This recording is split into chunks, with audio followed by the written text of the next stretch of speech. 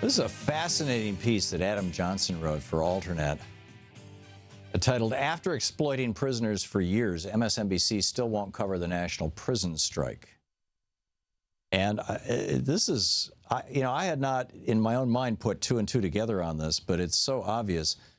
Adam Johnson writes, the MSNBC weekend show, Lockup, now in its 11th year, is a massive profit center for NBC Universal and its parent corporation, Comcast. Rachel Maddow told the New Republic in 2013, it rates spectacularly well. They make so much money from it, it's like having an ATM in the lobby that you don't need a card for. One of the reasons Lockup is such a cash cow, writes Adam Johnson, what is, in effect, exploited labor, prison labor. Lockup is a reality TV show in which the stars do not get paid, invariably keeping costs low and profits high. Asked in a 2014 Q&A if the prisoners were compensated, Lockup producer Susan Carney made it clear that they were not. When asked why the prisoners participate, she speculated, I believe it's because most people want to be heard and understood and want their life story known. Also, a lot of inmates have told me they hope that by sharing their own difficult experiences, they may help others in similar circumstances.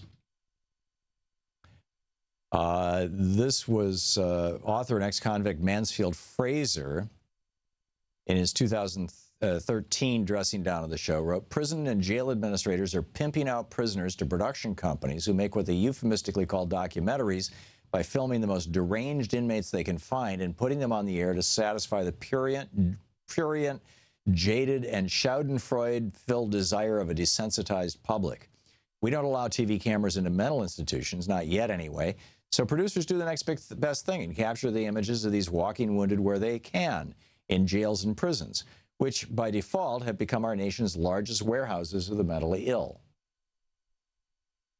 So here you've got MSNBC, according to Rachel Maddow, making so much money it's like having an ATM in the lobby that you don't need a card for off prison labor, and yet the prison strike, the national prison strike that is going on right now that has spread to prisons all over the United States, is not being reported on, as far as I can tell, at all.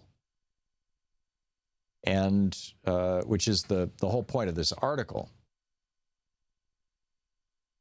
And when Alternet emailed Chris Hayes for comment on his reasoning for not covering the strikes, he passed the question along to MSNBC Public Relations Representative Kristen Osborne, who declined to comment. For a while, it's been clear that the liberal TV network's main talent are slightly embarrassed of Lockup, but their pushback, at least publicly, never went beyond a wink to the viewers. In other words, no comment. So what does MSNBC, this is Adam Johnson writing, so what does MSNBC owe the millions of people locked up in prison, hundreds of whom provide the raw human capital for one of its biggest profit centers? On its face, quite a bit. It's one thing for corporate-funded liberals to shy away from the urgent issue of prison labor. It's exponentially worse for them to do so after making so much money off it.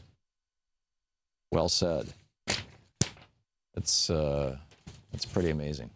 But this is the thing. There's a new documentary. I haven't watched it yet. Apparently, I'm in it, or a clip from my TV show is in it.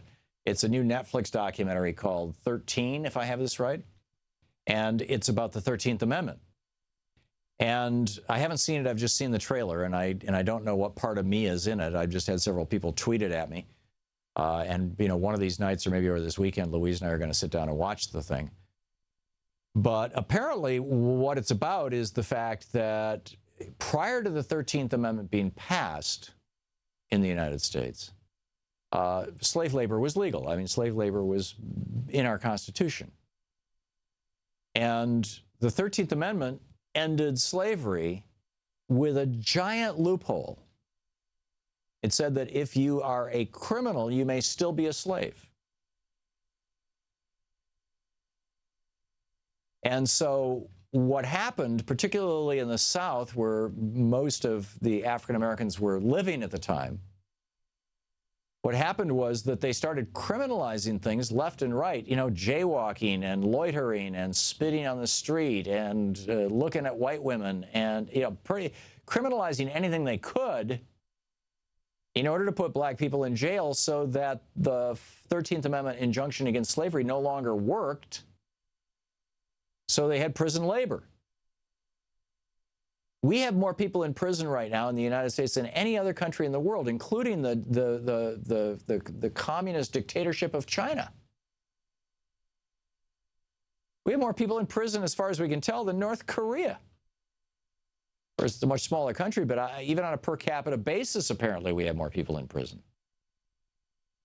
Now, why would that be? Would it be, we've got all these awful people? No, it would be there's money to be made. In America, we don't do things on a big scale unless there's money to be made.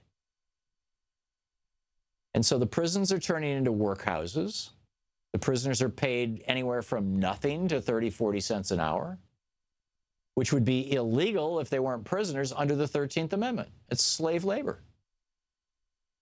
But the 13th Amendment allows for it. And that accounts for why, we went from holding, the United States of America and the white people in it, went from holding black people as slaves to holding black people as prisoner slaves, because the law changed and said you can only hold somebody as a slave if they're a prisoner. And this is the road we're going down. I just saw, in fact, I just retweeted it, and I encourage you to check it out. I'm not sure who made it or where it came from, but it was just astonishing, this video of the whole Trump thing. I mean, it's titled "In the Good Old Days." Adam Called 11 tweeted it first. Squirrel gave me a heads up on it. In fact, I'll like that right now. And just to make it easy for you, I'm going to retweet this one more time. I'll retweet the whole thing this time. Including the guy who tweeted it to me. Well, it's a minute 47-second video. I can't play it all. I can't play it on the air. There's a number of obscenities in it. But basically, they take Donald Trump talking about the good old days and talking about how we used to just knock the hell out of him, how we'd lock him up. And then they show from the 60s, black and white footage from the 60s and 50s of African Americans having the hell knocked out of them and being locked up and doing what Donald Trump is saying, which this video is just absolutely brilliant. And, I think should go far and wide.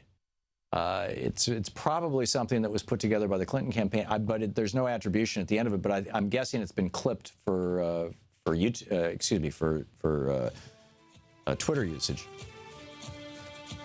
But this is the story now, right? This is what's going on, and Donald Trump is still somewhat speaking in code. When he talks about the good old days, and when he talks about making America great again, he's talking about making America white again.